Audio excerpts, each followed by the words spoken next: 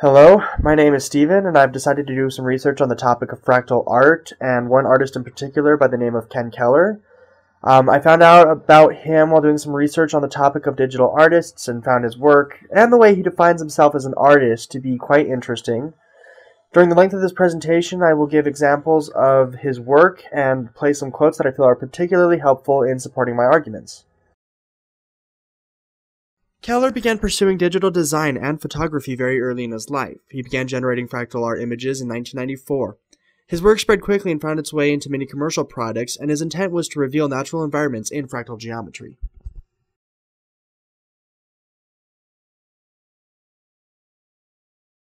The trouble with generating and reproducing fractal art is the complexity of the seed used to create it. Keller found that it took much more thought and effort to grasp just the mental image of the seed needed for generating images familiar to us in nature. On top of that, the process is slow and hard to control. The best way to control how an image return looks is to make small adjustments and save iterations to somewhat force a desired effect. This is where the artist emerges and has influence on the product of fractal geometry.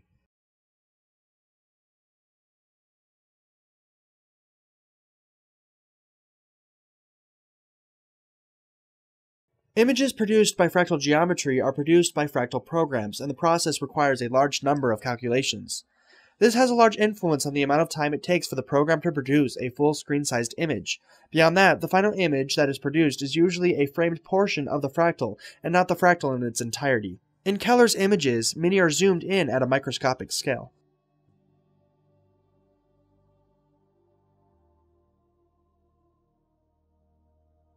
Although fractal art seems like a solely mechanical form of art, there is more to the generation of a good fractal image than merely telling the machine to output an image. The artist's role is largely time-consuming and difficult.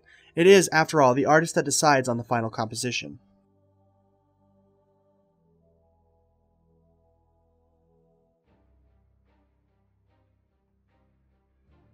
Fractals start as purely mathematical formula and can be considered algorithmic art. The use of algorithms in digital art has been seen in many projects such as the Oulipo founded by Raymond Queneau and the 100 million poems, where an algorithm was used in the production of poetic lines generated from the computer.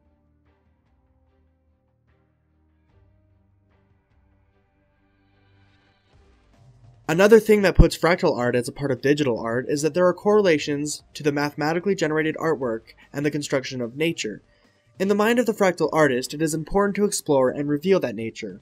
Similarly, the progress of digital technologies and the advancements suggest a similar philosophy.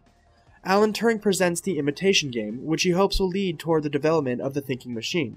But to have a machine that responds in a more human way is to make the machine closer to nature.